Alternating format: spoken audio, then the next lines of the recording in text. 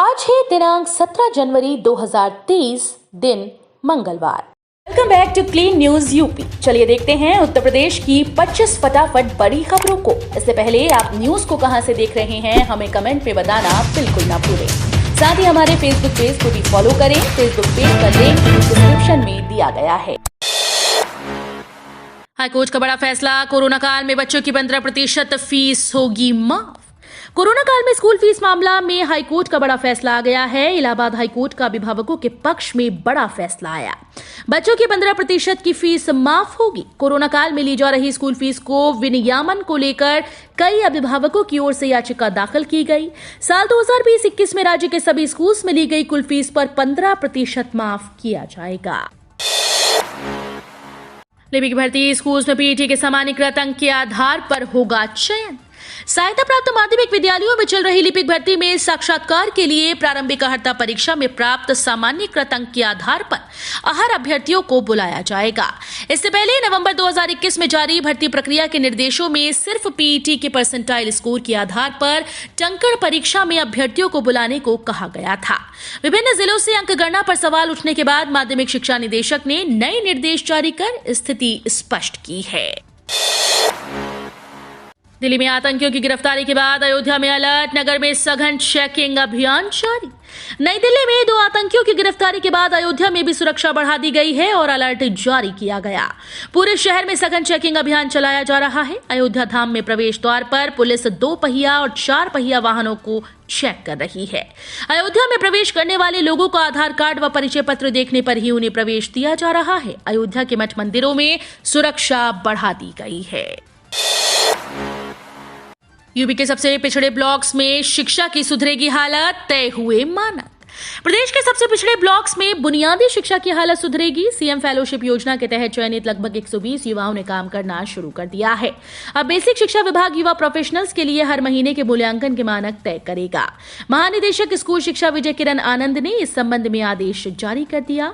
ये युवा block development योजना को लागू करने में अधिकारियों का सहयोग करेंगे। संबंधित ब्लॉक्स की बैठक में उन्हें बुलाया जाएगा और उनके फीडबैक के आधार पर ही आगे की रणनीति तय की जाएगी। एक रंग में होगी सभी इमारतें, खूबसूरत होगा लखनऊ शहीद पथ के किनारे का नजारा। लखनऊ शहीद पथ के दोनों किनारों और अंसल एपीआई के सुशांत गोल्ड सिटी के सेंट्रम होटल तक के दोनों तरफ की इमारतें एक रंग में दिखाई देंगी। G20 सम्मेलन के चलते लखनऊ विकास प्राधिकरण ने इन इमारतों को एक रंग में कराने की तैयारी की है। इसके लिए इनके भवन स्वामियों से ही अनुरोध किया जा रहा है। उनकी सहमति व खर्चे पर ही इमारतें एक रंग में कराई जाएंगी। G20 सम्मेलन में शहर को खूबसूरत बनाया जा रहा है। खासकर उन इलाकों पर विशेष ध्यान दिया जा रहा है जहां से विदेशी मेहमानों को आना है। विदेशी मेहमान एयरपोर्ट से शहीद पथ होते हुए सुशांत गोल्फ सिटी के सेंट्रम होटल तक जाएंगी। अयोध्या मेडिकल कॉलेज में मार्च तक बन जाएगा 200 बेड का भवन, पीएम मोदी करेंगे लोकार्पण। अयोध्या राजर्षि दशरथ मेडिकल कॉलेज दर्शन नगर में बन रहे 200 बेड के अस्पताल भवन का कार्य तेजी से पूरा किया जा रहा है। अस्पताल का 6 मंजिला भवन लगभग बनकर तैयार हो चुका है। अब उसमें जो कार्य बाकी हैं उन्हें पूरा किया जा रहा है। अस्पताल प्रशासन का कहना है कि इस भवन का लोकार्पण मार्च माह में प्रधानमंत्री नरेंद्र मोदी करेंगे। इसे लेकर अस्पताल का निर्माण कार्य तेजी से पूरा किया जा रहा है। नए भवन के तैयार हो जाने के बाद मरीजों को वो तमाम सुविधाएं यहीं पर मिलेंगी जिसके लिए अब तक उन्हें लखनऊ या अन्य बड़े शहरों के चक्कर लगानी पड़ती थी। इस योजना के तहत छात्रों को मुफ्त लैपटॉप, टैबलेट देती है योगी सरकार। यूपी सरकार ने राज्य के मेधावी छात्र छात्राओं को प्रोत्साहित करने के लिए मुफ्त लैपटॉप और टैबलेट देने की योजना शुरू की है। योजना के तहत ग्रेजुएशन, पोस्ट ग्रेजुएशन, टेक्निकल और डिप्लोमा में पढ़ने वाले छात्र यूपी फ्री टैबलेट स्मार्टफोन योजना का लाभ उठा सकते हैं। छात्र इन टैबलेट और स्मार्टफोन के माध्यम से शिक्षा प्राप्त कर सकेंगे। इन स्मार्टफोन और टैबलेट में स्टडी मटीरियल पहले से अपलोड होगा। स्कूल्स और कॉलेजेस में पढ़ने वाले लगभग 2 करोड़ युवाओं को मुफ्त टैबलेट दिए जाएंगे। यूपीएमएसपी यूपी बोर्ड परीक्षा 2023 प्रायोगिक परीक्षा के लिए हेल्पलाइन नंबर जारी। यूपी बोर्ड ने पहली बार प्रायोगिक परीक्षा के लिए हेल्पलाइन नंबर जारी कर दिया है। बोर्ड के प्रयागराज स्थित मुख्यालय समेत मेरठ, बरेली, प्रयागराज, वाराणसी, गोरखपुर के क्षेत्रीय कार्यालयों में हेल्पलाइन स्थापित की गई है। सचिव दिव्यकांत शुक्ल के अनुसार 21 जनवरी से शुरू हो रही इंटरमीडिएट की प्रायोगिक परीक्षा में किसी भी छात्र छात्रा, अध्यापक या प्रधानाचार्य को कोई समस्या या जिज्ञासा हो तो फोन नंबर या ईमेल की मदद ले सकती हैं। सरकारी अस्पतालों में अब प्रेगनेंसी जांच किट भी मिलेगी। लखीमपुर खीरी जिले में जनसंख्या नियंत्रण को लेकर स्वास्थ्य विभाग अभी सरकारी अस्पतालों में फैमिली प्लानिंग बॉक्स लगवाने जा रहा है। इसमें कंडोम के साथ इमरजेंसी गर्भ निरोधक गोली और प्रेगनेंसी जांच किट भी उपलब्ध होगी। अभी तक सरकारी अस्पतालों में लगे बॉक्स में सिर्फ कंडोम मिलते थे। फैमिली प्लानिंग बॉक्स को लेकर स्वास्थ्य विभाग ने सीएचसी पीएचसी अधीक्षकों को निर्देश दिए हैं। कर्मचारियों और शिक्षकों के लिए खुशखबरी, बकाया डीए एरियर का भुगतान विभाग ने जारी किए 2,71,00,000। उत्तर प्रदेश के कर्मचारियों और शिक्षकों के लिए अच्छी खबर है। यूपी में शिक्षा विभाग ने बलरामपुर जिले के 4,000 से ज्यादा शिक्षकों कर्मचारियों के महंगाई भत्ते का भुगतान कर दिया है। इसके तहत विभाग द्वारा 2,71,00,000 रुपए की धनराशि सीधे शिक्षकों और कर्मचारियों के खाते में भेज दी गई। बता दें कि वर्तमान में शिक्षा विभाग के शिक्षकों और कर्मचारियों को 38% डीए का लाभ मिल रहा है। अप्रैल से गाय और कुत्ता पालना होगा महंगा, बढ़ेगी लाइसेंस फीस, जानवरों में लगाई जाएगी खास चिप। अप्रैल से गाय और कुत्ता पालना महंगा हो जाएगा। एक व्यक्ति लाइसेंस लेकर अधिकतम 2 कुत्ते ही पाल सकेगा। खास बात यह है कि ये लाइसेंस चिप वाले होंगे। वहीं पालतू पशुओं के लिए क्लिनिक, ब्रीडिंग सेंटर व पेट्स स्टोर चलाने के लिए भी नगर निगम से लाइसेंस लेना अनिवार्य हो जाएगा। ये व्यवस्था पहली बार लागू होगी। इनके लिए भी अप्रैल से लाइसेंस बनाए जाएंगे। नगर निगम सदन में लिए गए निर्णयों पर अमल के लिए महापौर संयुक्ता भाटिया ने कार्रवाई रिपोर्ट जारी कर दी है। विभागीय स्तर पर निर्णयों को लागू करने के लिए नगर आयुक्त की ओर से आदेश इसी सप्ताह जारी कर दिया जाएगा। कृषि विश्वविद्यालय में राज्यपाल, कहा खेती में नई तकनीक पर करे शोध, बढ़ाएं किसानों की आमदनी। आचार्य नरेंद्र देव राजनीतिक सुधारक के साथ उच्च कोटि के शिक्षाविद थे। वो समझते थे कि हमारे देश का भविष्य कृषि व यहाँ के किसान हैं। जब तक वो सुरक्षित है तभी तक हमारा देश सुरक्षित है। आज कृषि विश्वविद्यालयों में हो रहे रोज नए प्रयोग से कृषि के क्षेत्र में परिवर्तन आ गया है। कृषि विश्वविद्यालय में शोध करने वाले छात्रों को चाहिए कि वो खेती के नए गुण विकसित करें, जिससे किसानों की आमदनी बढ़ सके। सीएम योगी ने पत्रकारों के साथ किया संवाद, बोले बदलाव प्रकृति का नियम है। उत्तर प्रदेश के गोरखपुर में मुख्यमंत्री योगी आदित्यनाथ ने पत्रकारों से संवाद किया। इस दौरान सीएम योगी ने कहा कि पत्रकार समिति ने 2 साल पहले सार्थक पहल की। मीडिया ने खुद बदलते परिदृश्य को देखा। संगोष्ठी के परिणाम सकारात्मक होंगे। पत्रकारों को हमने कई रूपों में देखा। सीएम योगी ने कहा कि बदलाव प्रकृति का नियम है, अगर खुद को नहीं बदला तो बिछड़ जाएंगे। सीएम योगी ने कहा कि भारत के बारे में दुनिया की सोच बदल गई है। भारत दुनिया का नेतृत्व कर सकता है। दुनिया में भारत की छवि बदली। पिछले 5 साल में यूपी बदला। भारत सबसे तेजी से उभरती अर्थव्यवस्था है। शीतकालीन अवकाश के बाद स्कूल पहुंचे बच्चे, बिना मास्क के नहीं मिली एंट्री तो अभिभावक भड़के।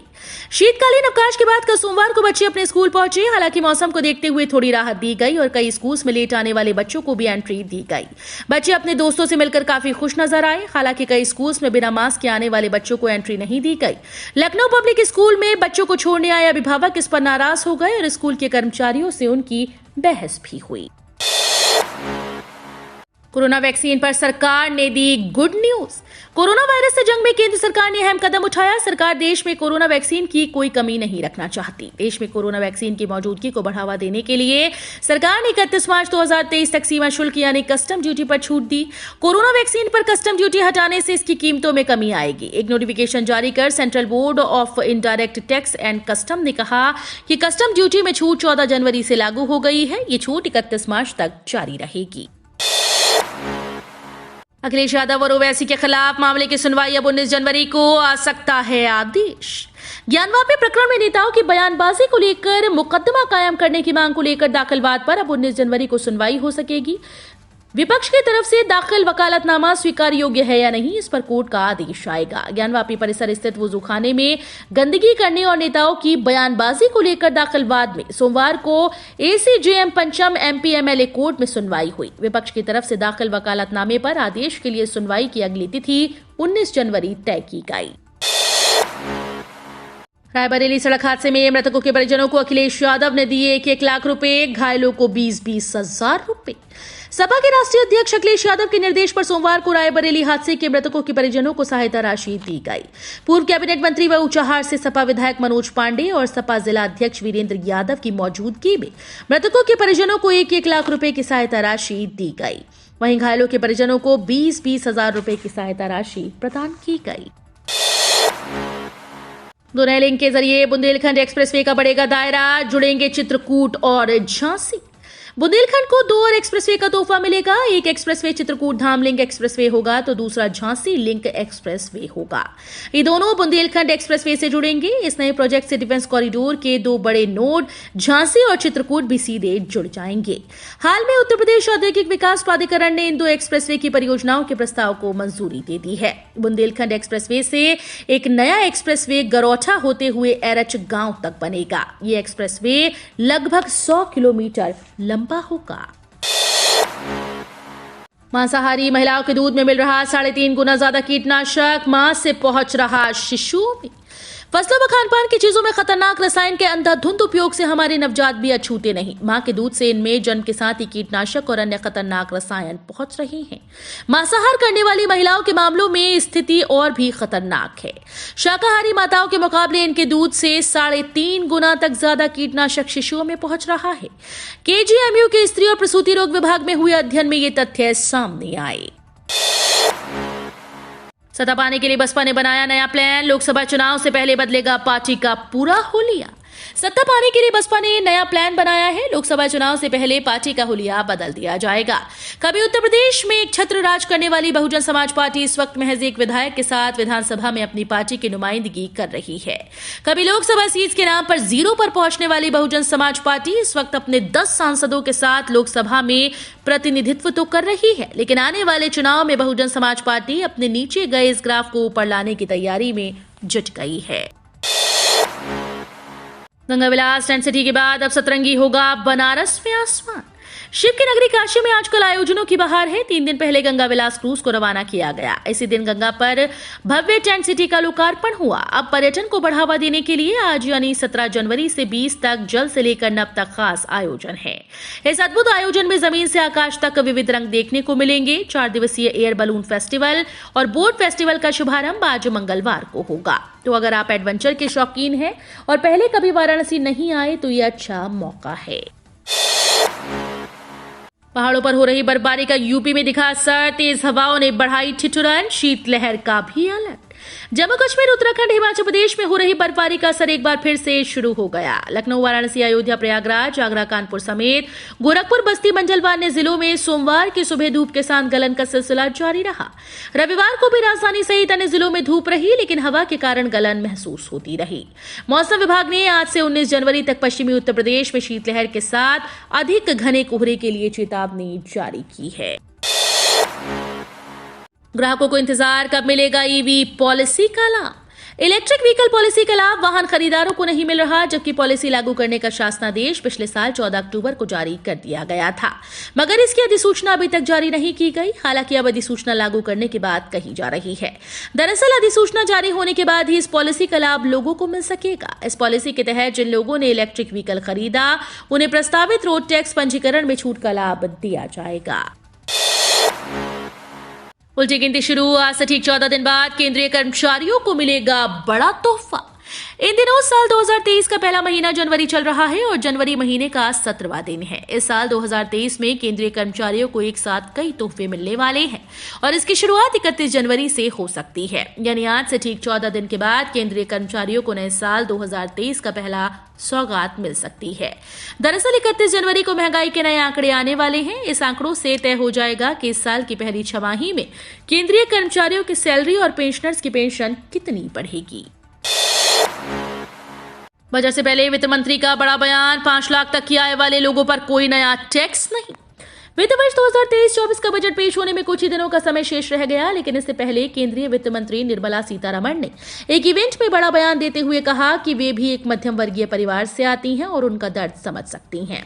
सरकार की ओर से अब तक 5 लाख रुपए से कम कमाने वाले लोगों पर कभी कोई नया टैक्स नहीं लगाया। ये इवेंट राष्ट्रीय स्वयंसेवक संघ की पत्रिका पंचजन्य द्वारा आयोजित किया गया था। तो ये थी आज की 25 फटाफट बड़ी खबरें। अगर आपको न्यूज पसंद आई हो तो वीडियो को लाइक और शेयर जरूर करें। धन्यवाद।